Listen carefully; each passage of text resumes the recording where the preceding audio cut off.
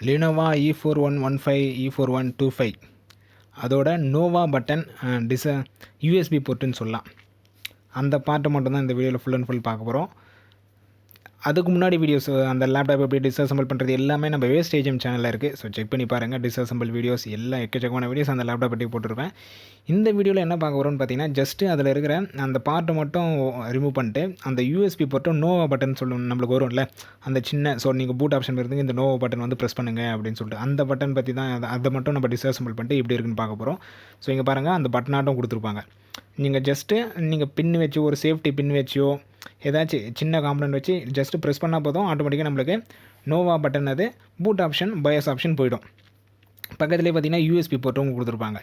இதை வந்து so mother போர்டில் கனெக்ட் பண்ணுறதுக்கு ஸ்டிப்பு கொடுத்துருக்குறாங்க பாருங்கள். அந்த ஸ்டிப்பு வந்து ஹார்ட் டிஸ்க்கு மேலே கொடுத்துருக்குறாங்க. ஸோ இது வந்து கீழே கொடுத்துருக்கலாம், இல்லை நம்மளுக்கு ஸோ இடைஞ்சலாக இருக்குது. ஹார்ட் டிஸ்க் ரிமூவ் பண்ண சொல்ல பார்த்தீங்கன்னா இது ரொம்ப இடைஞ்சலாக இருக்குன்னு சொல்லலாம். அந்தளவுக்கு கொடுத்து வச்சுருக்காங்க. ஸோ நீங்கள் Lenovo e41-15 இல்லை e41-25 ஹார்ட் டிஸ்க் டிஸ்அசம்பிள் பண்ணுறீங்கன்னா ஃபஸ்ட்டு இந்த கேபிளை வந்து நீங்கள் டிஸ்அசம்பிள் பண்ணோம். ஸ்டிப்பை வந்து கொஞ்சம் கேர்ஃபுல்லாக எடுங்க. அதுக்காக தான் இந்த வீடியோ முக்கியமாக போட்டேனே.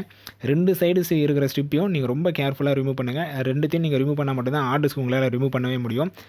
இந்த சைடும் சரி, கிட்டத்தட்ட 4 சைடு இருக்குது. அந்த 4 சைடு ஸ்டிப்பையும் கேர்ஃபுல்லாக ரிமூவ் பண்ணுங்கள்.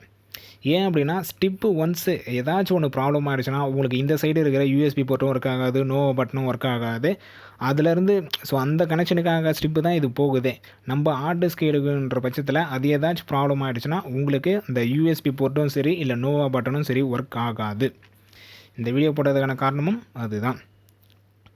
ஸோ ஸ்டிப்பு வந்து ரொம்ப ரொம்ப இம்பார்ட்டன்ட்னு சொல்லலாம். ஸ்டிப்பு வந்து கொஞ்சம் கேர்ஃபுல்லாக ஹேண்டில் பண்ணணும்னு சொல்லுவேன். இந்த வீடியோ பிடிச்சிருக்குன்னு நினைக்கிறேன். பிடிச்சிருந்தால் லைக் பண்ணுறேங்க, உங்கள் ஃப்ரெண்ட்ஸுக்கும் ஷேர் பண்ணுறேங்க. அடுத்த ஒரு நல்ல வீடியோவில் பார்க்கலாம். தேங்க்யூ.